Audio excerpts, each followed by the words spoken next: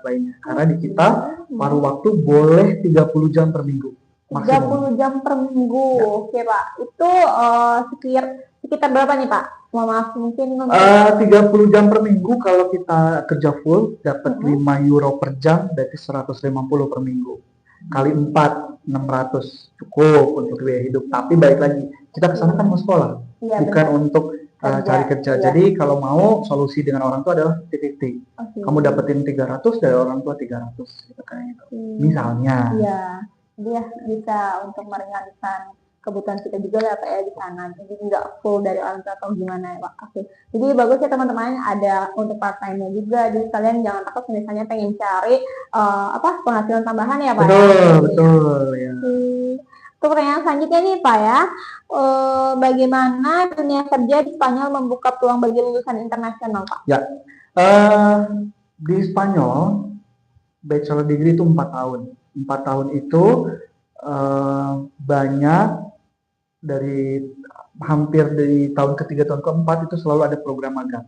Program magang wajib, internship itu wajib. Oke, semua jurusan. Betul, semua jurusan. Nah, bagaimana mahasiswa internasional melihat peluang itu?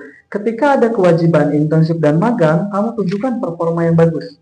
Ya, saya yakin perusahaan ketika melihat kinerja kamu bagus, skill kamu bagus, mungkin tahun berikutnya kamu diminta magang di tempat dia. Setelah atau ketika itu tahun terakhir, perusahaan akan bilang kamu lulus balik sini ya kerja dengan kita. Wow. Seperti itu. Nah, jadi perbedaan dengan Indonesia sebelum Pak Nadiem yang tidak ada konsep magang seperti itu, Eropa itu sangat menonjol. Orang-orang yang lulusan S1 datang ke perusahaan dia sudah tahu harus ngapain. Dia buka laptop, dia ngapain, karena memang kita sudah terbiasa dengan sistem magang. Jadi bekerja dulu di industri seperti itu. Jadi tidak akan ini harus ngapain ya setelah ini mau ngapain ya seperti itu, tidak perlu. Karena memang sudah ya bekal untuk kehidupan profesionalnya itu sudah oke, sudah ada sejak kuliahnya. Karena memang 2 tahun berturut-turut itu ada magang seperti itu. Oke, jadi kayak nggak bingung nih, kan biasanya kalau kita magang bingung ya Pak, baru-baru juga gitu kan. Ini harus ngapain selainnya, berarti mereka sudah tahu Pak. Betul. Ya, step by step. Betul, sudah tahu biasanya step by stepnya, karena memang di sana mahasiswa diminta untuk terbiasa melakukan pengenalan lapangan pekerjaan. Oh, luar biasa. Oke, jadi ya tadi bagus sih Pak kalau misalkan kita lebih banyak praktisnya ya Pak daripada materi gitu. Jadi biar seimbang juga ya Pak. Gitu. Oke, untuk pertanyaan selanjutnya nih Pak, skill apa saja yang paling dibutuhkan untuk perusahaan di Spanyol saat ini Pak? Tentunya kalau kamu mengambil jurusan A atau jurusan B, skill untuk jurusan tersebut kamu harus bisa, harus fasih. Kamu misalkan mengambil accounting, jangan sampai nanti kamu tidak tahu pelaporan keuangan seperti apa gitu kayak gitu. Itu kan skill-skill basic yang kamu pelajari di jurusan kamu.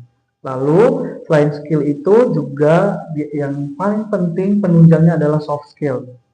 Contoh, kamu ngambil jurusan accounting berbahasa Spanyol, soft skill kamu bahasa Inggris kamu keren, oke.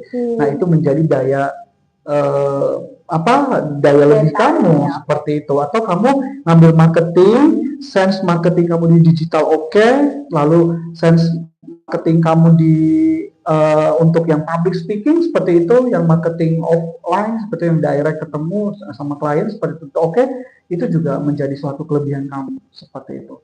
Jadi jangan sampai merasa kita dari Asia, negara ketiga, berdampingan dengan mereka kita malu. Nah itu yang harus dibunuh, dan kita harus yakin kita dari Asia, kita dari Indonesia, kita setara dengan mereka. Sehingga ketika ada obrolan apapun kita bisa merasa setara dengan mereka, kita tidak merasa tertinggal, kita tidak merasa lebih bawah dari mereka. Nah itu juga yang